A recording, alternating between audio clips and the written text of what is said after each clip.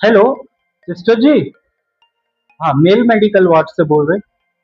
Sister जी, वो patient Amit का sample haemolyse है। नहीं सिस्टर जी, हीमोलाइज जी हमने देखा है।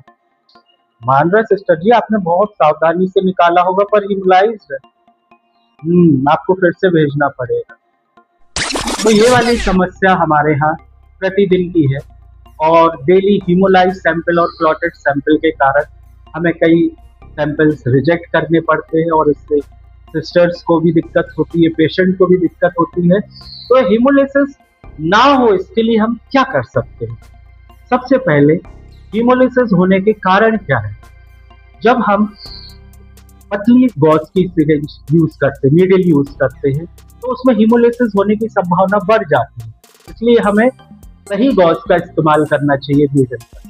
दूसरी बात, हम टॉर्निकेट में बहुत ज्यादा दबा करके प्रेशर काफी देर तक ना रखें। हम जब टॉर्निकेट लगाते हैं उसके तुरंत बाद ही हम सैंपल निकाल लें, क्योंकि होता यही है कि हम बहुत देर तक लगे रहने देते हैं और वहां पर उस प्रेशर के कारण ही हीमोलिसिस हो जाए। दूसरी बात होती है कि हम जब ब्लड का सैंपल लेते हैं तो हम उसको काफी तेज नेगेटिव प्रेशर देके पुश करते हैं। ये सबसे इम्पोर्टेंट और सबसे बड़ा कारण होता है जिसमें ब्लड का हीमोलिसिस होता है। जब उसमें प्रेशर बहुत ज्यादा लगता है आपके आरबीसी के ऊपर, जब हम उसको सक करते हैं तो वो एक तरीके से रप्चर हो जाती है और उनका हीमोलिसिस हो जाता है। तो सबसे इम्पोर्टेंट कारण है उसका ज्यादा प्रेशर देना। और यदि हम ज्यादा वॉल्यूम की सिरिंज यूज कर रहे हैं, बड़ी सिरिंज, हमें मान लीजिए जरूरत है 2 ml ब्लड की, हम 5 ml की सिरिंज यूज कर रहे हैं, तो उसमें जो negative pressure during suction of the blood बनेगा वो बहुत ज्यादा बनेगा। तो उसमें हेमोलिसिस होने की संभावना बहुत ज्यादा बढ़ जाती है। इसलिए हमें सही गॉज की निडल यूज करनी है और प्रेशर स्लोली लगाना है, नेगेटिव प्रेशर सक करने के लिए, ताकि हेमोलिसिस ना हो। और कुछ जो कारण और है वे काफी कम होते हैं। मेन कारण ये प्रेशर वाला ही है। उसके बाद यदि हम सैंपल को बहुत ज्यादा रिगोरसली बिल्कुल ऐसे मिक्स करेंगे तो भी हिमोलिसिस होने की संभावना होती है। अगर हम एक्सट्रीम टेम्परेचर पर रख दें, कभी हमने गलती से फ्रिज में रख दिया, फ्रीजर में रख दिया, या गर्मियों के समय में टेम्परेचर बाहर तक ज्यादा हुआ तो भी हिमोलिसिस की संभावना बढ़ जाती है।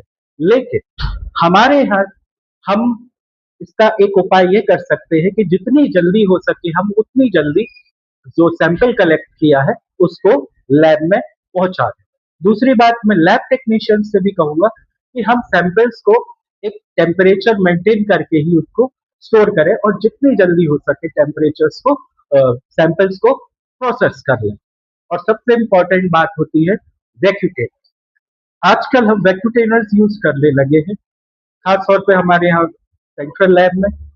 उससे होता ये है कि कंट्रोल प्रेशर बनता है और ज्यादा नेगेटिव प्रेशर क्रिएट नहीं होता, जिससे हीमोलिसिस होने की संभावना बिल्कुल नगण्य हो जाती है। तो वैक्यूटेनर्स का ये लाभ है। दूसरी बात, कई वैक्यूटेनर्स में सिलिकॉन की कोटिंग भी होती है, तो वो उससे स्टिक होती है आरबीसी, वो नहीं हो पाती, तो जो ट्रॉमा के कारण हीमोलिसिस होता है वो भी कम होता है। और एक मैं बात बतलाना चाहूंगा कि पता नहीं ये कैसे होता है, जानबूझ के होता है या गलती से होता है। मैं मान के चलता हूँ कि गलती से ही होता है। कई बार होता ये है कि ये जो रेड वाली बात, इसके अंदर होता है क्लॉट एक्टिवेटर। तो जिसमें हमें सीरम से यूज करना है उसमें ये यूज करना पड़ेगी। लेकिन होता ये है कि ये दूसरी है ईडीटीए वाली, तो ये कैप्स अलग रख लेते हैं लोग, ये अलग रखते हैं।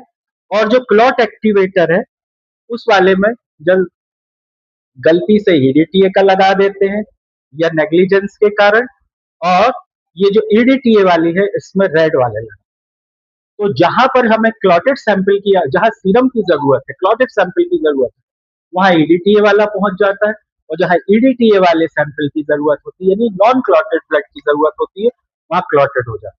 तो हम एक केवल ये कलर कोड ना देख करके उसके अंदर भी पढ़े कि जैसे कि ये लेवेंडर कलर का कैप है, ये ईडीटीए के लिए होता है, लेकिन यहाँ लिखा क्लॉट एक्टिवेटर, तो हमें समझ जाना चाहिए कि हमसे मिस्टेक हो गई। और इस चीजों का हम ध्यान रखेंगे तो हिमोलाइज सैंपल्स की संख्या हम निश्चित रूप से कम कर पाएगी। Thank you.